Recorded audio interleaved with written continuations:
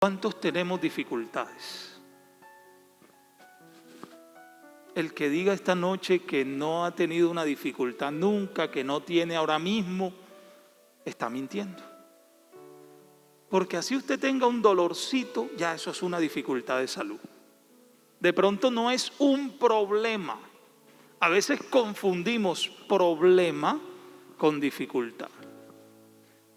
Los estudios psicológicos demuestran que primeramente viene la dificultad. Hay hermanos que dicen, hermano, tengo un problemón, y lo que tienen es una dificultad, algo solventable, algo sencillo. Una dificultad es una situación circunstancial que le perturba a usted el momento, y que si usted no actúa o algo no sucede o no se resuelve, se convierte en un problema. Porque ya el problema es una sumatoria de momentos duros, de dificultades, que ya le es más difícil la solución. Entonces, todos tenemos necesidades. Pero Dios en esta noche nos recuerda algo. Y nos dice estas palabras: estad quietos y conoced que yo soy Dios, dice el Señor Jesús. Seré exaltado entre las naciones, enaltecido seré en la tierra. Hay una versión que dice en los pueblos. Bendito el nombre del Señor Jesús. Entonces, hermanos, hay momentos en los que se nos olvida. Ahorita el hermano Jesús Movilla decía que cuando usted llega al Señor, usted le entregó todo. Creo que el hermano Álvaro, que cuando usted llegó al Señor, usted le entregó todo de usted a Cristo. Y le reconocimos un día, y hoy aún lo hacemos, como el soberano, como el que manda, como el que hace su voluntad, como el que pone el querer como el hacer por su buena voluntad, porque la voluntad de Dios es buena. Para nosotros, dice la Biblia, es vuestra santificación. De Él para con, eso es a nivel individual, a nivel personal. Para con la humanidad es buena. También la Biblia dice cuando Él nació que los ángeles subían y bajaban, y los pastores vieron esto, y los ángeles decían gloria a Dios en las alturas, y en la tierra paz y buena voluntad para con los hombres. A veces, hermano, tenemos situaciones y dejamos a un lado lo que tenemos que seguir haciendo por intentar solucionar, solventar la situación. Y nosotros como cristianos, lo que debemos hacer en todo tiempo es adorar, exaltar a Dios, aclamarle, enaltecerle. ¿Por qué? Porque primeramente Él lo merece, Él es digno, dice la Biblia, de suprema alabanza. Y a veces no le damos ni alabanza. A veces no le damos ni alabanza, y Él es digno de suprema alabanza. O sea que no de cualquier manera adoramos a Dios. ¿Pero por qué? Por nuestros afanes. Por eso el Señor enseñaba los afanes de este siglo. Hermano, Dios quiere en esta noche, yo no voy ni a predicar largo, Dios quiere una iglesia que se acuerde de que nuestras estrategias jamás serán mucho mejores, jamás serán mejores, jamás serán más factibles, más fáciles de llevar, jamás serán la solución cuando tenemos al Dios de la gloria. Aleluya. Los apóstoles sacaban agua de la barca, y saque agua, y saque agua.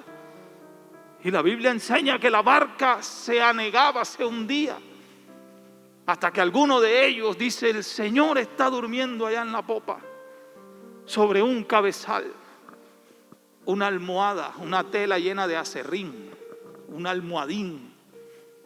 Señor, ¿no tienes cuidado que perecemos? Y se paró el Señor y reprendió al viento y le dijo al mar: calla, enmudece. Aleluya. Y se hizo grande bonanza. ¿Y usted sabe lo que es la bonanza? Cuando el agua ni siquiera se mueve, parece un espejo. En el mar, ¿no? Cuando hay bonanza en el agua, llene una alberca y déjela quieta 1 hora, 2 horas, sin que haya brisa ni nada, y usted parece eso un vidrio, pero es agua. O sea que el mar pasó de estar agitado a estar totalmente pareciendo un piso cristalino. Y los apóstoles tuvieron temor y dijeron: ¿quién es este? Que aún el viento y el mar obedecen. ¿Qué me indica esto? Que ellos no lo despertaron para que él reprendiera el viento y el mar. Porque si ellos lo hubiesen despertado para eso, no se sorprendieran cuando él lo hizo. A veces estamos sacando agua, hermano, nos pasa así, y se nos olvida que en nuestra barca tenemos al maestro. Cuando yo empecé a estudiar, a enseñar como docente, yo entraba al grupo y recibía un papelazo aquí, ¡pac! Yo entraba al curso, a la clase, y recibía un papelazo en la frente. No podía con los niños. Y yo me inventaba títeres, me inventaba juegos, me inventaba dibujos, me inventaba fotocopias. Y yo al primer mes, hermano, yo lloraba. Y yo decía: yo no puedo, yo qué me invento para que estos niños, yo no sirvo para esto de la docencia. Y una noche el Señor me habló. Y yo dije: oye, yo inventándome mis estrategias, mejor le pongo a estos niños a la presencia del Señor. Hice mi oración esa noche, le pedí al Señor: mañana ayúdame en esas clases. Y llegué y los niños tranquilos, sin desorden. Y empezaron así a juiciarse, a comportarse. Cuando vine a ver, ya yo llevaba el ritmo de la clase, de todos los grados, de transición a 5º de primaria. Niños, algunos tremendos, otros, pero empecé a entender: es que esto no es de estrategia personal. En el Evangelio según Mateo, me gustaría que lo buscare, capítulo 14, hay una historia allí. Evangelio según Mateo, capítulo 14, verso 22. Habla de que el Señor hizo a sus discípulos entrar en la barca e ir delante de él a la otra ribera, entre tanto que él despedía a la multitud. Estoy leyendo Mateo 14, voy por el 23. Despedida la multitud, subió al monte a orar aparte. Y cuando llegó la noche, estaba allí solo. Y ya la barca estaba en medio del mar, azotada por las olas, porque el viento era contrario.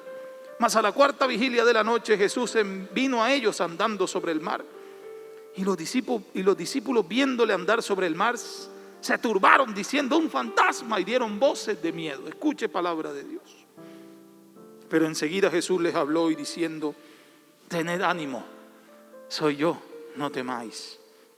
Entonces le respondió Pedro y dijo: Señor, si eres tú, manda que yo vaya a ti sobre las aguas.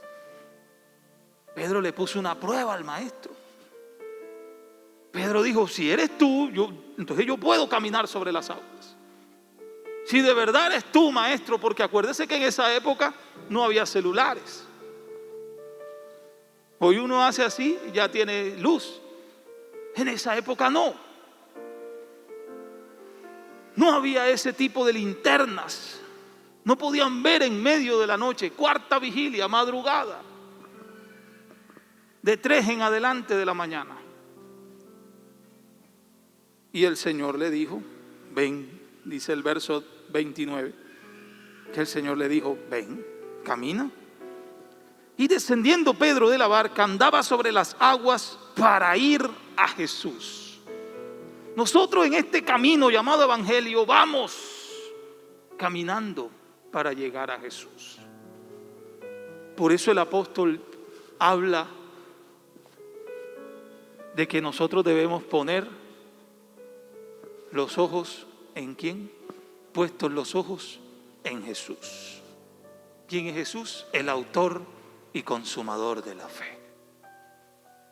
Y Pedro iba caminando sobre las aguas para ir a Jesús.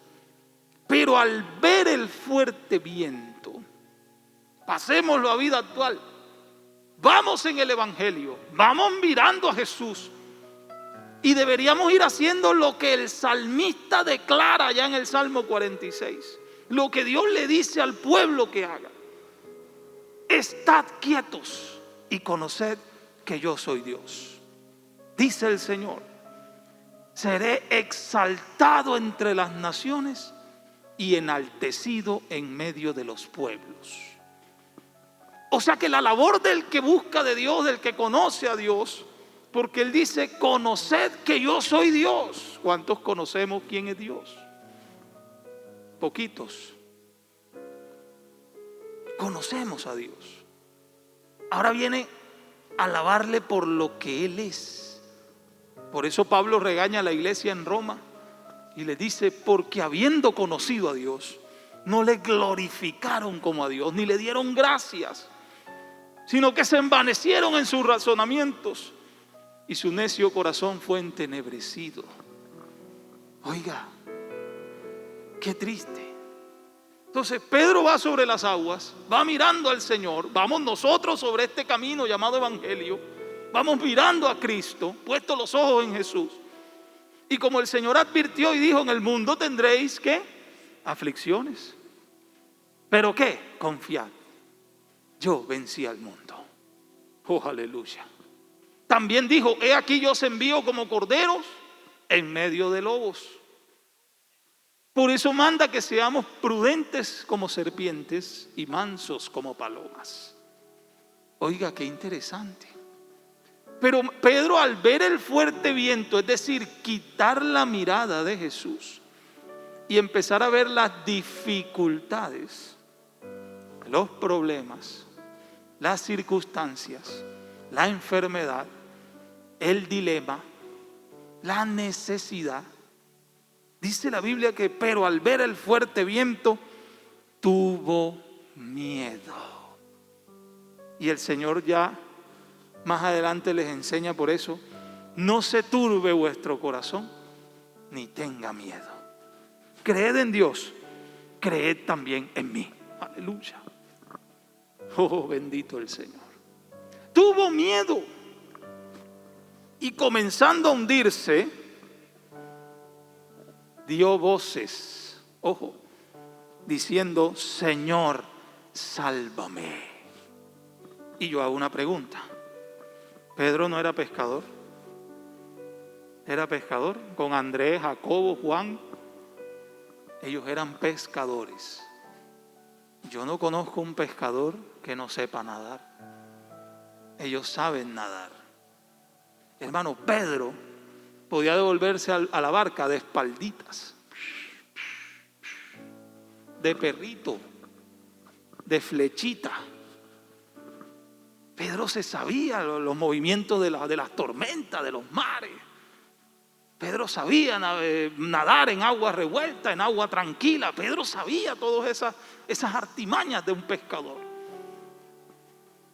Pero Pedro no utiliza sus estrategias, no utiliza sus cualidades, no utiliza sus virtudes, no utiliza sus conocimientos, sino que al empezar a hundirse, da voces y dice, Señor, sálvame, aleluya. ¿Y qué sucede cuando él dice eso? Inmediatamente, dice el verso 31, al momento.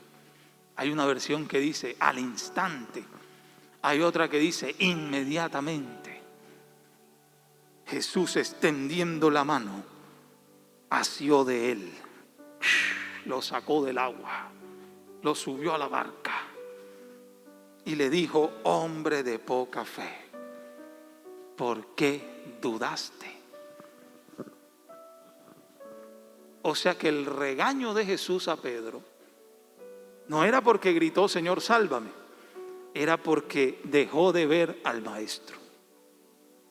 Empezó a ver el viento, el fuerte viento y el mar que se movía agitadamente. Lo leímos, pero al ver el fuerte viento, tuvo miedo. Cuando usted quita la mirada del maestro, entonces vienen las dificultades. Cuando está en medio de las dificultades, entonces viene el querer usar tus estrategias, tus ideales. Y si tú usas tus estrategias, puede que resulte. Pero si en vez de estar usando las estrategias, reconocemos todos en esta noche que Dios nos dice: estemos quietos, estad quietos y conoced que yo soy Dios. Seré exaltado entre las naciones, alabado seré, enaltecido entre los pueblos. Hermano, hay momentos en que hay que olvidarnos de los problemas y hacer lo que nos compete. Lo que le compete a esta iglesia, aleluya, es exaltarle a Él, es alabarle a Él. Pero muchos estamos aquí ahora mismo pensando en qué nos toca hacer mañana. Y que nos toca el lunes, y que nos toca el martes, y ya vienen los parciales, y ya viene esto, y en mi trabajo, y no he hecho el informe, y no he hecho esto otro. Y ahora que llegue a la casa tengo que hacer esto. Hermano, estad quietos y conoced que yo soy Dios, dice el Señor. Nuestro trabajo es exaltarle. Cuando el cristiano entiende esto, aprende y se aplica el verso que dice: para los que aman a Dios. Aleluya. ¿Y cómo se ama a Dios? El Señor dijo: ustedes me amáis, pero no guardan mis mandamientos. Si me amáis, guardad mis mandamientos. El que adora a Dios, el que lo exalta, el que da fruto, ese es el que lo ama. Jesús le dijo a los fariseos: vosotros me decís Señor, Señor, y no hacéis lo que yo digo. Hay gente que dice que ama a Dios, pero sus actos no lo demuestran. Pero para los que sí aman a Dios, todas las cosas, aleluya, todo lo que te pase, hermano, hasta la muerte de un familiar, te ayudará a bien. Esto es, dice la Biblia, para los que conforme a su propósito fueron llamados. Y yo creo que en esta noche aquí estamos los que conforme a su propósito fuimos llamados. Hermano, ya no saques agua de la barca. Ya no busques tus estrategias. Pedro no usó su estrategia de nado. Pedro no usó su conocimiento de pescador. Pedro dijo: Señor, sálvame, aleluya. E inmediatamente el Señor asió de él y le dijo: hombre de poca fe. Y cuando se subieron a la barca, se calmó el viento. Entonces los que estaban en la barca vinieron y le adoraron, diciendo: verdaderamente tú eres hijo de Dios. Aleluya. Porque cuando Dios nos saca de apuros, le adoramos y le reconocemos que Él es Dios. La pregunta es: ¿y cuando no nos saca de apuros, qué pasa? ¿Sabe qué debe pasar? Que usted y yo sigamos alabándole, sigamos adorándole. Pero a veces nos ponemos a desesperarnos y hago esto, y Dios diciendo: estad quietos, adórame nada más, exáltame nada más, dice Dios, que yo seré exaltado entre los pueblos, enaltecido entre las naciones. Pero tú estás haciendo y buscando, y ahora busco a este, y ahora llamo al pastor, y ahora hago esto otro. Hermano, esté quieto, aleluya, y conozca que Él es Dios. En el nombre de Jesús, en el nombre de Jesús. Así que esas palabras de Pedro: Señor, sálvame. Hay otra versión que dice: Señor, socórreme. Aleluya, cierto. Hay versiones. Creo que en esta noche, aunque usted se sienta en medio de aguas turbias, no tire brazos, no nade. Diga: Señor, sálvame. Aleluya. Estás enfermo: Señor, sálvame. Pero buscamos esto y buscamos el tratamiento y buscamos lo otro. Y en esta noche Dios quiere saber cuántos le van a adorar.